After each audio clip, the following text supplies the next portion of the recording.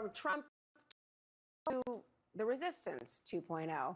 Tonight, Democrats are laying out how they plan to challenge a second Trump administration. States frequently took the first administration to court, remember all that, starting just days after Trump took office. Democratic-led states sued him over the ban on people arriving from predominantly Muslim countries. This time around, the governors of Illinois and Colorado are forming a new coalition, GSD, Governors Safeguarding Democracy. Their goal, quote, to fortify democratic institutions in the states and ensure the rule of law serves all people. And joining me now, Democratic Governor Jared Polis of Colorado and Democratic Governor J.B. Pritzker of Illinois. Governors, thank you for joining tonight. I'll begin with, what do you identify as the biggest threat of his administration more broadly? We want to make sure that the American people can be certain that the elections are safe, that the separation of the courts and powers is safe, and that governors exert the powers that we have as states to make sure that we can protect freedoms and make sure that no federal government can get in the way of our constitutional rights. Speaking of that, one big concern throughout the election, and of course still now, has been the issue of immigration. Both of your states have grappled with this issue. Governor Pritzker, Trump's choice for border czar, Tom Homan, says that he'll go after illegal immigrants everywhere, sending to more ICE agents to those states that don't cooperate. And he told Democratic governors to, quote, get the hell out of the way, unquote. What's your response? Well, it looks like they're planning to do things that are, frankly, against federal law.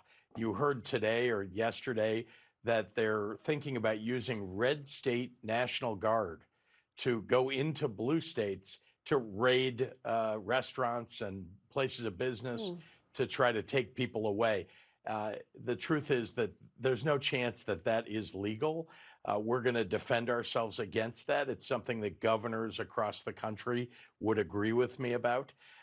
And so we've got a lot to defend against. And this issue of immigration, look, we can all have discussions about what comprehensive immigration reform ought to look like, what border security ought to look like. But what we shouldn't be doing is threatening people, many people who've been here for decades. They've been paying taxes and working. They live peacefully. They're not committing crimes. We need to safeguard them. And obviously, when it comes to violent crime, if there's somebody who's undocumented and committing a violent crime, we ought to hold them accountable. And frankly, we ought to turn them over to the feds. Governor Polis, Trump singled out Aurora, Colorado, claiming it had been overrun by migrants. We've spoken to the mayor who confirmed that was not indeed the case, but this proliferated as a conversation. How will your state respond to an influx of ICE agents? Well, again, as Governor Pritzker said, it depends what they do when they get here. If they want to help our law enforcement arrest and deport criminals, and that includes criminals who are Americans or criminals who are foreign-born and need to be deported, we're excited to help them because one of my goals as governor is to make Colorado one of the 10 safest states. We've invested in police and law enforcement to do that, and we value our federal partnerships with ICE and the FBI.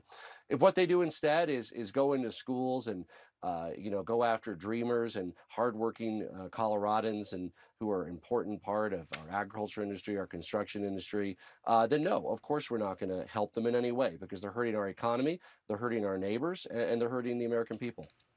Well, let me ask both of you to respond quickly to that. Governor Pritzker, do you agree with the idea that this might be knee-jerk or that it would not be smart for the voters to think of this? Well, knee-jerk reaction, absolutely agree. There shouldn't be. That's not what this is. This is about governors being able to talk to one another, in an organization where we can share interesting and new ideas about how to push back on policies that, we think may be coming. If they don't come, great. But we've already heard some very strange things out of this administration. And we know that they're going to dismantle public health. Think about this is the president we know who probably caused 500,000 deaths because of his inaction in the pandemic. Now, what happens if something happens again and he's getting rid of all of the federal support related to that? We need to protect ourselves. So what ideas do each of us have that we can share with one another to protect our people and our states? That's really what this GSD is all about. Obviously, both of you are here today. Governor Polis, is there a sense that there is widespread interest among other governors in this nation to join in this endeavor? Look, and we look forward to working with the next administration however we can. And again, if there's a constructive policy to help us track down and deport aliens who've committed crimes, we're on board, right? If there's permitting reform to open up the energy economy and assist with renewable energy and transmission, we're excited to work with the Trump administration just as we were with the Biden administration. But at the same time, it's important that we collaborate as governors to protect the people that we're sworn to represent. In the same election in Colorado that Kamala Harris won our state, Donald Trump won the presidency, Colorado voters put the right to choose into our state constitution, reproductive health decisions for women. They also eliminated the definition of marriage as between a man and a woman in our state constitution. When I took office, I swore to defend the Colorado Constitution, and that means protect a woman's right to choose, protect the right to marry who you love against any threat, whether it comes from the federal government or whether it comes from the courts or anybody else, because it's part of our state constitution and what Coloradans want.